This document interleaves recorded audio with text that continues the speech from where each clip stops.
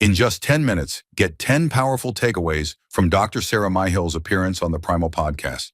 Discover how sugar can turn your gut into an alcohol factory, the hidden dangers of the upper fermenting gut, and simple foods that repair digestion fast. Stay till the end. You won't want to miss this. Takeaway 1: Modern diets destroy gut health. Dr. Sarah Myhill explains that the modern Western diet, filled with bread, cereals, fruit juice, and processed foods, is one of the main reasons people suffer from gut problems today. She says that our gut evolved to work like a carnivore gut, and it cannot handle the constant overload of sugar and carbohydrates. When the gut becomes overwhelmed, microbes begin fermenting food in the wrong places, which creates toxins and damages the lining of the gut. This results in fatigue, weight gain, brain fog, and even chronic illness. Dr. Myhill points out that when she sees patients, whether they come for arthritis, asthma, or headaches, the first thing she addresses is their gut health, because fixing it often solves the root problem. For example, someone eating a big bowl of oatmeal every morning may think they are making a healthy choice, but this is actually loading the gut with sugar that fuels the wrong microbes and leaves them tired and bloated. Now let's move to the next takeaway. Takeaway 2: the danger of the upper fermenting gut. One of the most important points Dr. Sarah Myhill raises is about the upper fermenting gut. She describes the gut as a tube about 30 feet long, where the first 25 feet should be nearly sterile so that it can properly digest meat and fat. The last 5 feet, known as the colon, is where the microbiome should live and ferment fiber. But when bacteria and yeast invade the upper gut, they create toxins like alcohol and ammonia that drain energy and damage tissues. This also causes a leaky gut where food particles and microbes escape into the bloodstream, triggering inflammation in joints, muscles, and even the brain. Dr. Myhill warns that this can lead to conditions like fibromyalgia, arthritis, and psychosis.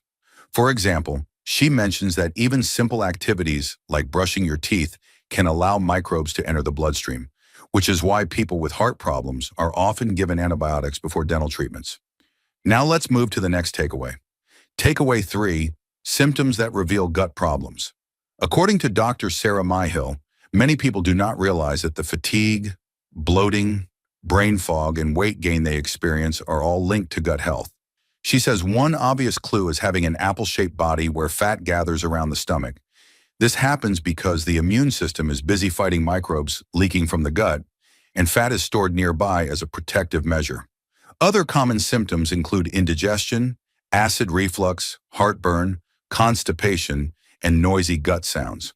Dr. Myhill emphasizes that all Western pathology starts in the gut, and many people who believe they are simply overweight or lazy are actually suffering from an upper fermenting gut.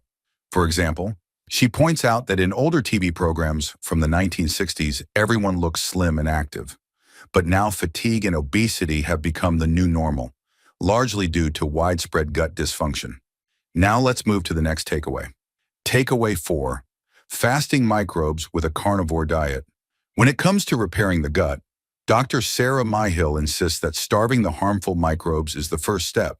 Microbes rely only on sugars and carbohydrates to survive, but human cells can run perfectly well on fats. This means lowering carbohydrate intake forces microbes into a dormant state and allows the gut to heal. The simplest way to do this is through a carnivore diet, which naturally eliminates grains, dairy, and yeast that commonly trigger allergies and inflammation. She recommends meat, fish, and eggs as the foundation. Dr. Myhill says, if you really want the shortest route to getting a result, then you start off with the carnivore diet. For example, instead of eating a sandwich at lunch, switching to a plate of sardines with some eggs can immediately stop feeding the microbes while still keeping you nourished and satisfied. Now let's move to the next takeaway. Takeaway 5: the role of ketosis in gut repair. Dr. Sarah Myhill explains that being in ketosis is a clear sign that you are no longer feeding an upper fermenting gut. Ketosis occurs when the body burns fat for fuel and produces ketones, which are an efficient energy source. She says you do not need to be in ketosis all the time, but most of the time is important because modern diets keep us stuck in sugar-burning mode constantly. She recommends testing blood ketones using a simple device to ensure the body has switched into fat burning. Exercise also helps because it clears sugar quickly and makes ketosis easier to reach. For example, a person who goes for a brisk walk before dinner may find they enter ketosis much faster and experience steady energy without the usual hunger crashes. We're halfway through the video. Thanks for sticking with us. If you're enjoying it, hit the thumbs up and share it in your WhatsApp groups. If you'd like to support us, please tap the thanks button below. It helps us keep making great content. Drop a comment and don't forget to hit subscribe for more. Now let's continue with the video. Takeaway 6. Escaping addiction to sugar and carbs. Dr. Sarah Myhill emphasizes that sugar and carbohydrates are addictive in the same way alcohol or nicotine can be. She explains that these foods give short-term pleasure, but create long-term harm by keeping people in cycles of cravings, fatigue, and poor health. She shares her own addiction test, where she admits that if she eats one cashew nut or one square of milk chocolate, she cannot stop until the whole pack is gone. However, with foods like Brazil nuts or 90% dark chocolate, she is satisfied after only a small amount. This test, she says, helps people discover what foods trigger addictive patterns. For example, someone who struggles with biscuits may find they cannot stop at one, while switching to a boiled egg or a handful of walnuts gives them satisfaction without feeding addiction. Now let's move to the next takeaway. Takeaway 7. Cheap superfoods for strong gut health. Many people believe that fixing the gut requires expensive supplements or exotic foods, but Dr. Sarah Myhill shows that simple, cheap superfoods can be extremely powerful. She highlights organ meats like liver, kidneys, and heart as some of the most nutritious foods available, packed with vitamins and minerals at a fraction of the cost of muscle meat. She also developed a paleo-ketogenic bread made from linseed that looks and tastes like bread, but is only 2% carbohydrate. Eggs, tinned fish, and inexpensive cuts of meat are all valuable and accessible. For example, someone on a budget can make a quick lunch with homemade linseed bread, butter, and a tin of sardines, which is both gut-friendly and affordable. Now let's move to the next takeaway. Takeaway 8. Supplements that kill harmful microbes. In addition to diet, Dr. Sarah Myhill recommends 3 main supplements that help kill harmful microbes while supporting the body. The first is vitamin C, which she says humans cannot make naturally and should be taken at around 5 grams daily. The second is iodine, which she describes as essential not only for the thyroid, but also for directly killing microbes and supporting mental health. The third is MSM, a natural form of sulfur that kills microbes in the upper gut, but also feeds the friendly bacteria in the lower gut.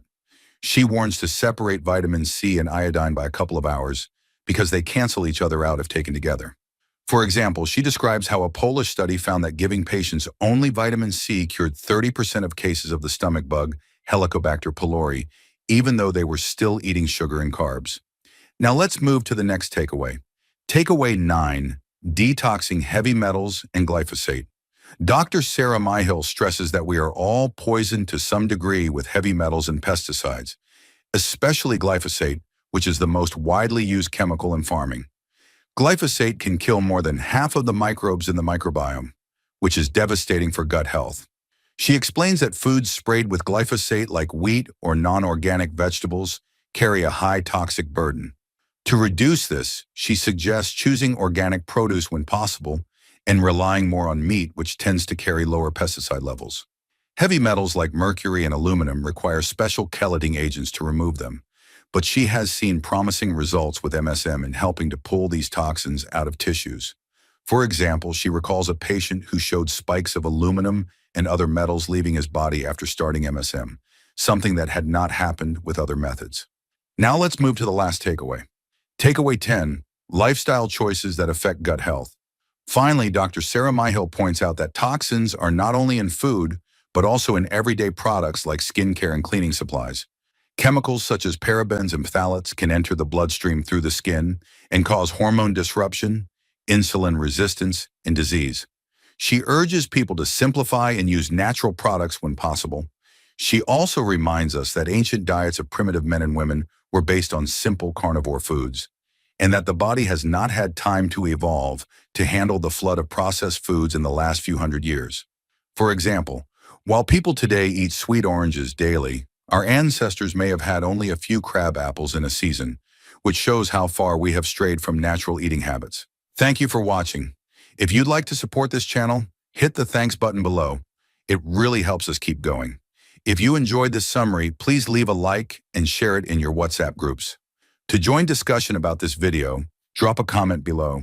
And for more videos like this, hit the subscribe button below.